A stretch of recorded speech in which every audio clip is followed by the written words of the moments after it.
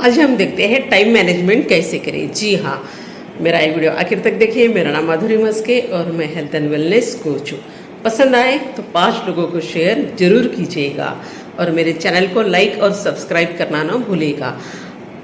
ऐसा होता है कि इतने सारे काम हमारे पास होते हैं, उस वक्त जो इम्पोर्टेंट नहीं है उस काम के लिए हम टाइम पैसा खर्च कर देते हैं, लेकिन जो इम्पोर्टेंट काम है उसके लिए हम करते ही नहीं। इसलिए जो महत्वपूर्ण काम है उसके लिए हमको क्या करना पड़ेगा, तो आज हम देखते हैं इस टाइम मैनेजमेंट के टेक्निक। सबसे पहली है प्रायोरिटाइजेशन टेक्निक्स। जो काम सबसे महत्वपूर्ण है उस महत्वपूर्ण काम को आप सबसे पहले कीजिए। सबसे पहले वो उसको प्राथमिकता दीजिए कि वो काम क्यों जरूरी है, मुझे कैसे करना है, कब करना है, इसकी प्लानिंग कीजिए और उसकी फीलिंग्स को समझिए।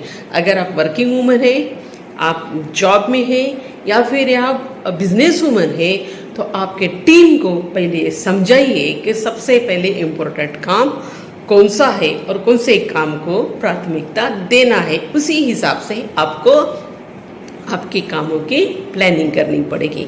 Number 2, goal setting. जी हाँ, अपने लक्ष्य को निर्धारित कीजिए।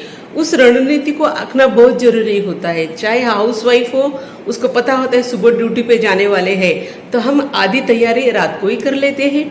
अगर जॉब करते हैं, सुबह जाना है, तो हम बहुत सारी तैयारी रात को करके रखते हैं, क्योंकि हमारा टाइम ज़्यादा वेस्ट न हो और ज़्यादा से ज़्यादा काम किया जाए।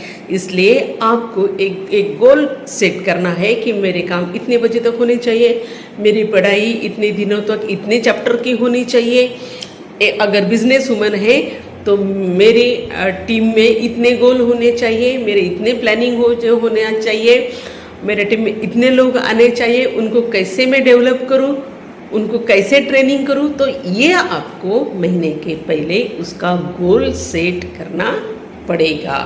Number 3, task delegation. जी हाँ, जो काम सबसे महत्वपूर्ण है उसको सबसे पहले कीजिए और उस पर एक्शन कीजिए।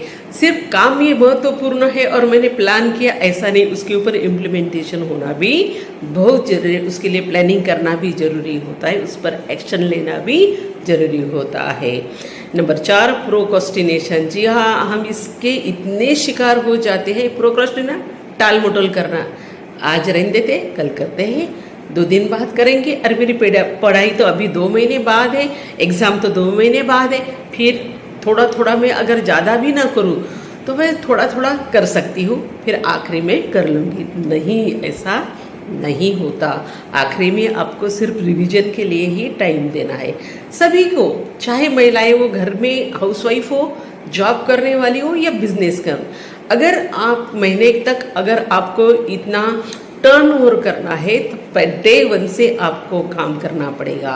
अगर ये टाल मटोल कर रहे हैं तो ये आपके बिजनेस के लिए भी, स्टूडेंट को भी, आपके एग्ज़ाम के लिए या सबके लिए ये हानिकारक होता है। इसलिए टाल मटोल करना छोड़ना पड़ेगा। Number 5, time blocking. हमको टाइम जो है हमारा ब्लॉक करना पड़ेगा। कैसा? अगर मेरे अपने इम्पोर्टेंट जो काम है उस इम्पोर्टेंट काम के लिए मुझे मेरा टाइम बचाना ही पड़ेगा। अगर समझो 2 दिन बाद मेरी एग्ज़ाम है और दूसरे दिन फंक्शन है, कल फंक्शन है और 2 दिन बाद एग्ज़ाम है, तो क्या मुझे वो फंक्शन अटेंड करना चाहिए? नहीं। अगर मैं नहीं गई तो वो फंक्शन रुकेगा नहीं। इसलिए आपके काम के लिए आपको टाइम निकालना पड़ेगा। मेहमान अगर रोज के हमेशा के आने वाले हैं और आपको इम्पोर्टेंट मीटिंग है, तो आप उनको समझा सकती है कि मेरा बहुत महत्वपूर्ण काम है और मेरा जाना जरूरी है। ऐसे करके आपको आपके टाइम आपके लिए वो ब्लॉक करना ही पड़ेगा। Number 7, selling boundaries. जी हाँ, क्या होता है कि बहुत बार जो काम महत्वपूर्ण नहीं उसके लिए भी हम टाइम खर्च कर लेते हैं, पैसा भी, जो ज़रूरत की चीज़ें नहीं है वो भी हम खरीद लेते हैं, चाहे घर में पड़े रहे, और उसके लिए हम अपना पैसा खर्च कर लेते हैं। इसलिए टाइम और पैसा आपको दोनों को भी बचाना है, संभाल कर खर्च करना है। अगर इसकी बाउंड्रीज हम तय कर लेते हैं तो हमें आगे चलकर किसी समस्या का या दिक्कतों का सामना नहीं करना पड़ेगा। जो इम्पोर्टेंट काम है उस इम्पोर्टेंट काम को तो पूरा करना ही। Number 7, mindfulness and focus. जी हाँ, जो काम आप कर रहे हैं उसके लिए ध्यान और एकाग्रता होना बहुत ज़रूरी होता है। सावधानी से आपको वो काम करना है, चाहे बिजनेस हो, चाहे हाउसवाइफ हो, चाहे स्टूडेंट हो, आपको उस पर फोकस करना पड़ेगा और उस टेक्निक को इम्प्रूव करना पड़ेगा। अगर हम ध्यान करते हैं, लक्ष्यपूर्वक करते हैं, उस पर पूरा फोकस करते हैं, तो उस काम को हम पूरी तरह से न्याय दे पाते हैं।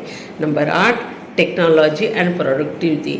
अगर मैं पढ़ाई कर रही हूँ तो मुझे कहाँ कहाँ से वो इन्फॉर्मेशन मिलेगी जो मुझे ज़्यादा बुक्स के अलावा मुझे वो मिल सकती है।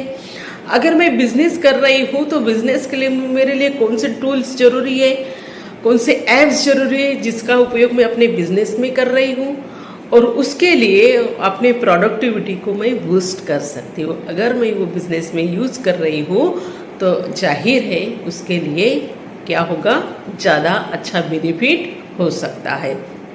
Last but not least, stress management.